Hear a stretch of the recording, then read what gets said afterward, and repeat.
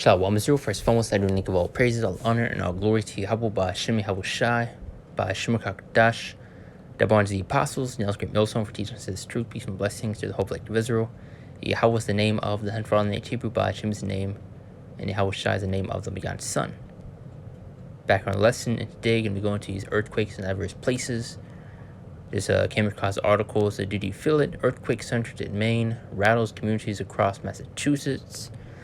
And let's go a little more into it. And we're just going to go more into the end time signs that we were seeing as you get in Matthew 24, Luke 21, Second Ezra, list off the many things that we would see and that would take place before Lord Yahweh Shai will return. And seeing these earthquakes in diverse places is one of them. Now, this is an earthquake centered in Maine rattled New England on Monday, including several communities across Massachusetts. As the United States Geological Survey confirmed a 3.8 magnitude earthquake southeast of York Harbor, Maine, just before 10:30 a.m. And there was tons of people on X, or also known as Twitter. It was trending, about this earthquake that just took place over there. So let's continue on. The residence communities, including Wakefield, Welborn, Winchester, Winthrop, Boston, Foxborough, Mansfield, and it's listing off a lot of things you see right here. So told Boston 25 News that they felt the earthquake. A Wakefield resident told Boston 25 News that the earthquake caused their home to rattle, shake, and vibrate. And as we progress later into the days, it's going to get a lot worse. You see a lot more earthquakes in diverse places, storms, and just judgments in general that the Lord's bringing out. These things are not going to die down, but pick up. As we're going to get in Isaiah 29:6, go show how it's, by the way of the Heavenly Father, is why you're seeing these things. And it says, that should be visited of Yahweh Ba'Shem Shai of hosts with thunder and with earthquake and great noise with storm and tempest and the flame of devouring fire. Because you get throughout many scriptures, going to how these judgments are by the way of the Heavenly Father, but as well as going to these storms, which also is another form of judgment which the Lord uses. Seeing these earthquakes, these fires. Now this is in great noise with storm and tempest and the flame devouring fire. This is Matthew chapter 24, 3-8, as I brought up earlier, listing off the end time signs. And we're seeing those earthquakes is one of them. But people say, it's just another daily occurrence. Not of this scale, not of this frequently. This is why it's to no surprise you're seeing records being broken regarding storms, temperatures. There's a reason you're seeing storms that have not been seen over centuries, decades, happen to take place. And storms you haven't even seen of that scale before. And we're going to continue to see a lot more of them coming to these last days. Again, 2 Ezra 16, it goes into those birth pains. And as we get closer to the end of this place, those birth pains are going to increase and be at its highest, at its climax, at its peak. And that's why you're seeing a lot of things happening now. It's one thing after another, man.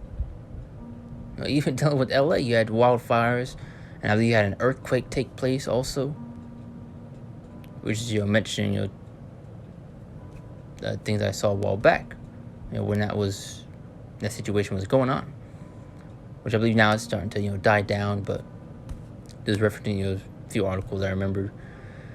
But let's continue on. And I sat upon Olives. And as he sat upon the Mount of Olives, the disciples came to him privately, saying, tell us when shall these things be, and what shall be the sign of thy coming of the end of the world? Now it says the end of the world, not speaking of the whole end of the entire earth, but speaking of an end of an age. Verse 4, and Yahweh Shai answered and said to them, take heed that no man deceive you, for many shall come in my name, saying, I'm no and shall deceive many. It's why you to be careful and wait who you are listening to and who you are learning from.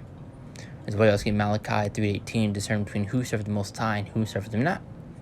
A lot of you guys are not serving the Lord, but themselves. Verse 6, ye shall hear of wars and rumors of wars, another telltale sign. That's what you're especially seeing. Wars, rumors of wars, conflict continue to break out, tensions building. And that's due to the spirit of Yahweh Ba'Shem Shai. See that we not hope for all these things must come to pass, but not yet. For nation shall rise in nation and come into the kingdom.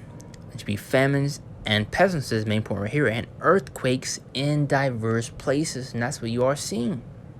earthquakes all over the world, which is once again another telltale sign. Verse 8, all these are the beginning of sorrows. And if you get the other translation, go to the NLT version, it goes into the beginning of those birth pains. But the second Ezra 1 through 4 to further add to that point regarding these earthquakes that you are seeing. He answered me then and said, measure the time diligently in itself. Now, how do we measure the times that we're in, by the way, these signs and these prophecies? And guess what? We're in the end of this place once again. And seeing these earthquakes, seeing these storms, seeing these plagues, these pestilences, these judgments bringing out, these signs we're in the end of this place. And when I see a part of signs past, which I told you before, then shalt thou understand that it is the very same time when the highest begins to visit which he made, which will be, by the way, of our Lord Yahweh Shai. Verse 3, main point.